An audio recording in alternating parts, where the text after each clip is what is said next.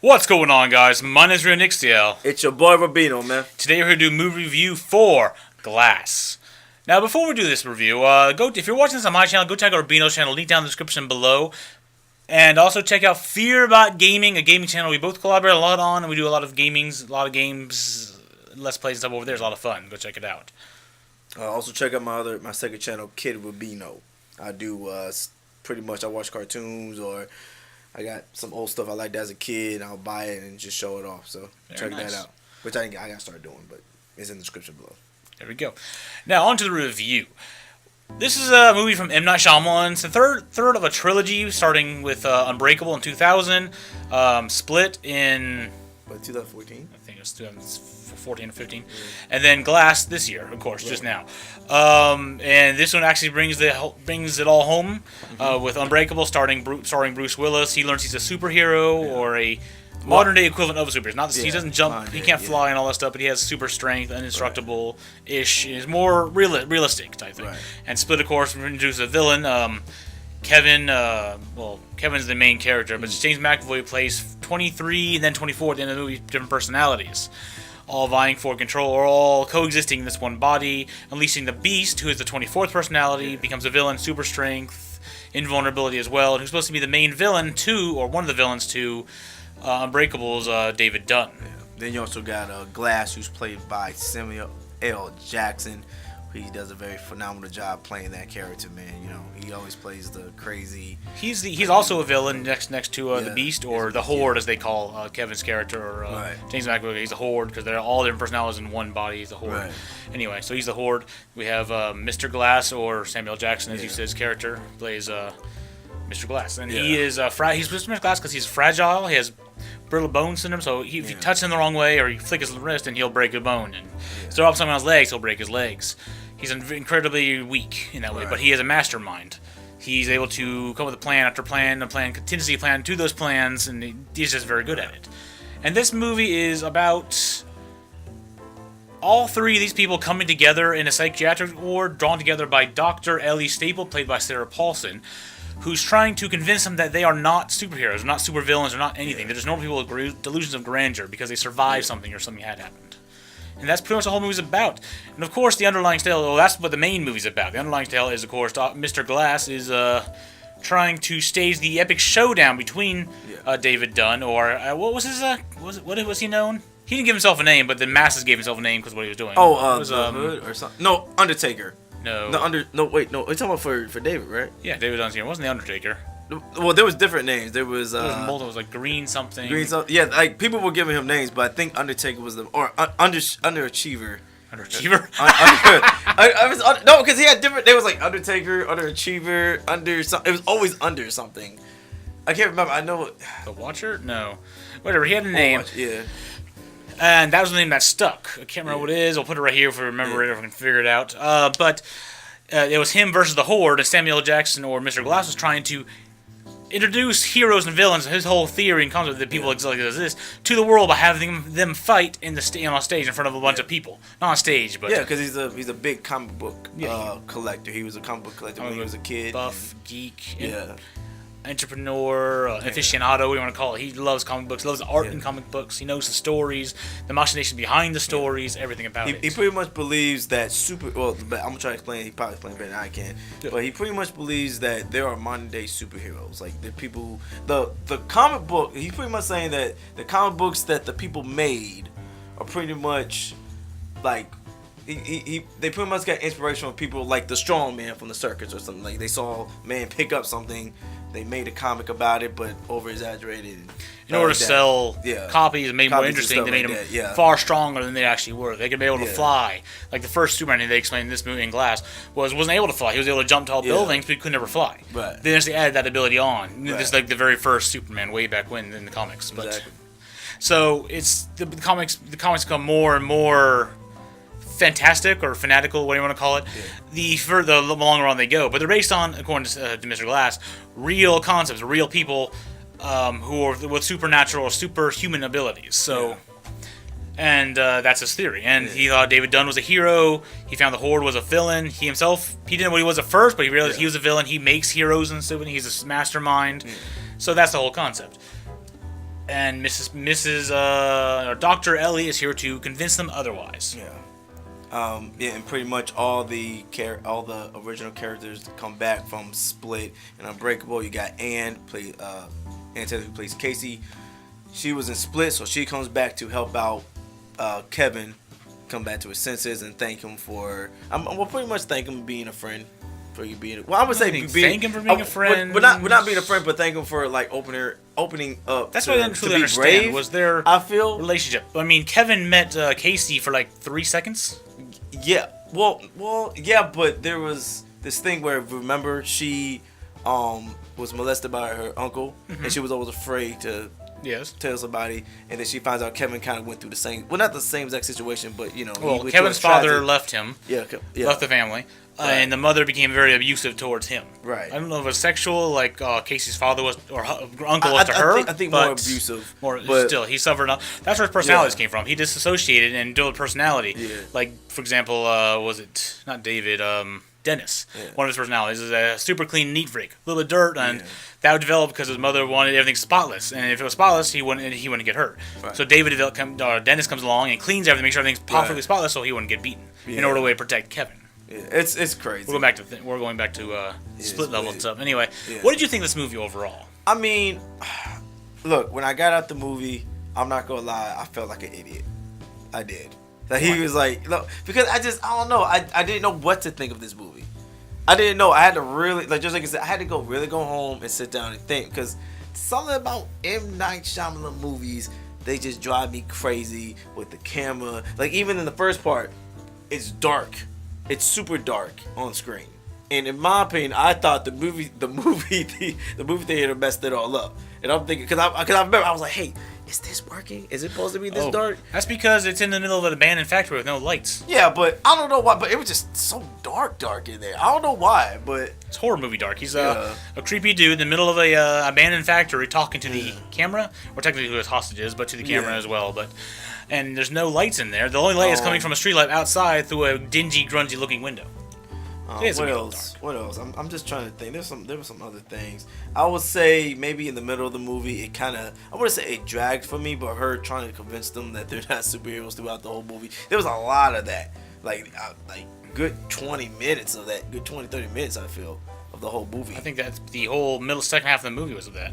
Like a good hour of it almost. They get captured. Yeah, because the first 10 minutes they get captured or so. Yeah, they get captured, but then throughout the movie, she's like, okay, you're just acting crazy, whatever. I mean, she went to each person. She was trying to explain what happened to that. Okay, you almost drowned. That was your weak point that developed the superpowers. Yeah. You did this. Are you sure you did this? Because this happens. This happens.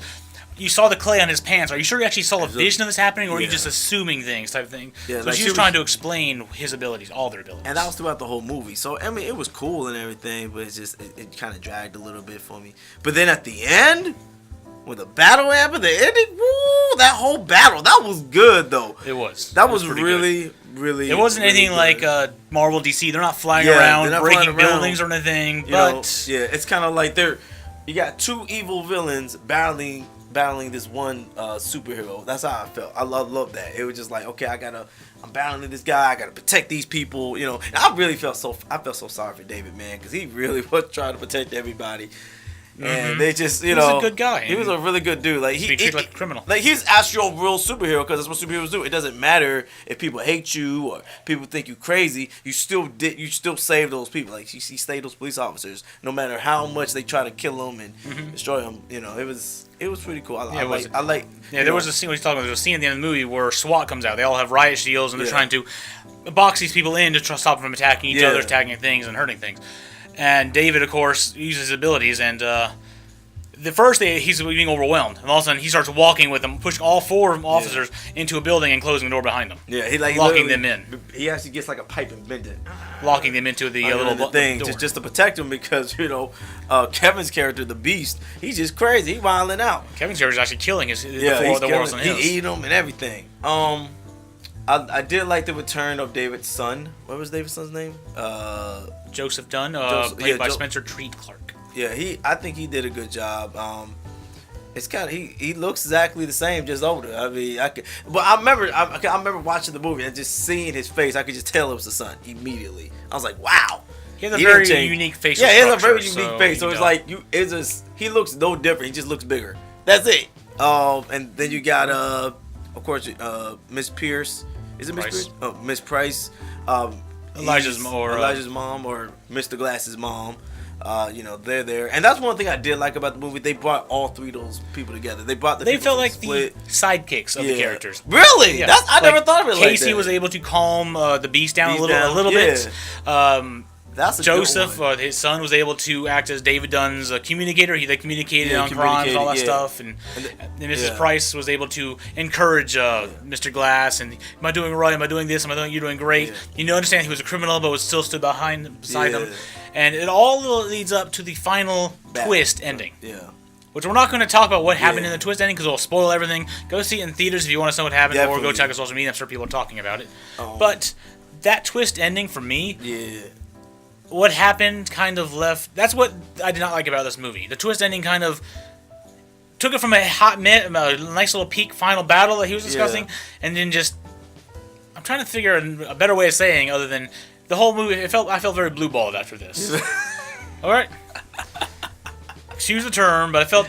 Expectations are high, and then they just left you on a cliffhanger, it felt like. I kind of feel a little differently. I think they should have... I mean, like I said, I don't want to say what happens at the end, but the way they did it, I think they should have did it in a different way, because I do see them kind of continuing.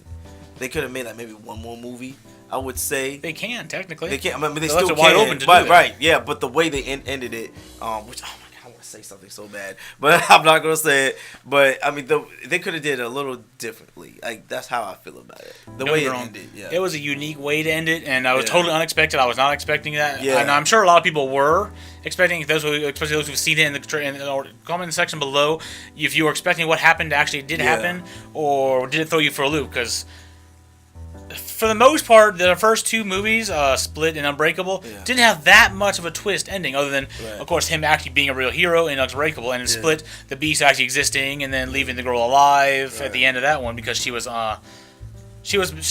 had been through experiences and self-harm and stuff, so she was unbroken, therefore pure. She was broken and therefore pure in the Beast's eyes. Those who have been uninjured and are unfazed by the life, they're not pure because they haven't been, I guess, purified by fire would be the term to go for that. Right. They haven't gone through that, so they don't deserve to live anymore in the Beast's eyes.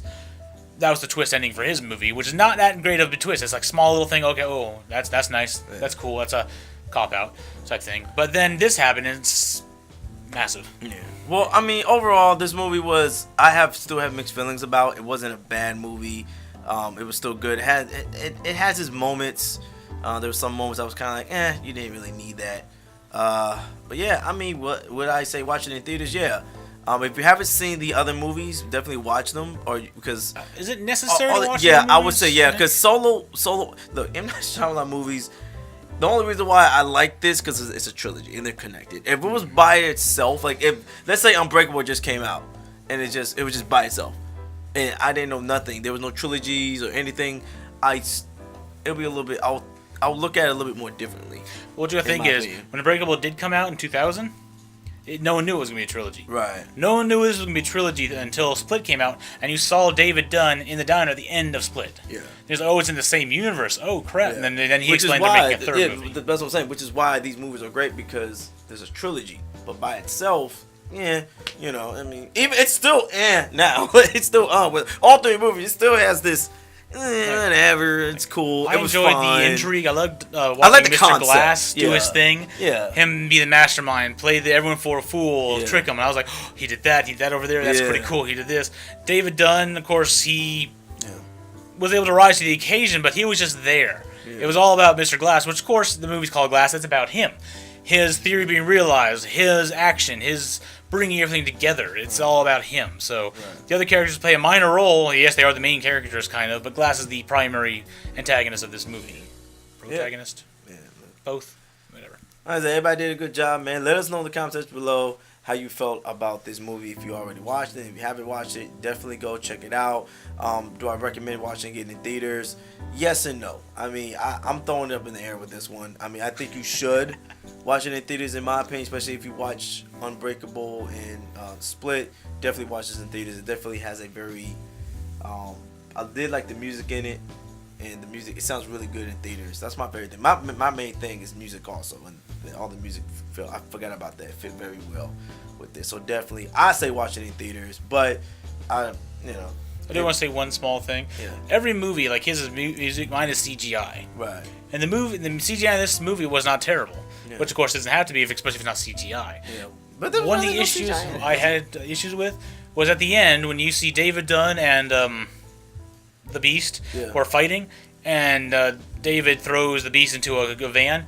You see the van slide back and all that stuff. Yeah. Each time he throws them and all that stuff. The way he was throwing felt very weak, and the van didn't feel natural in its backwards movements when it was being tossed around.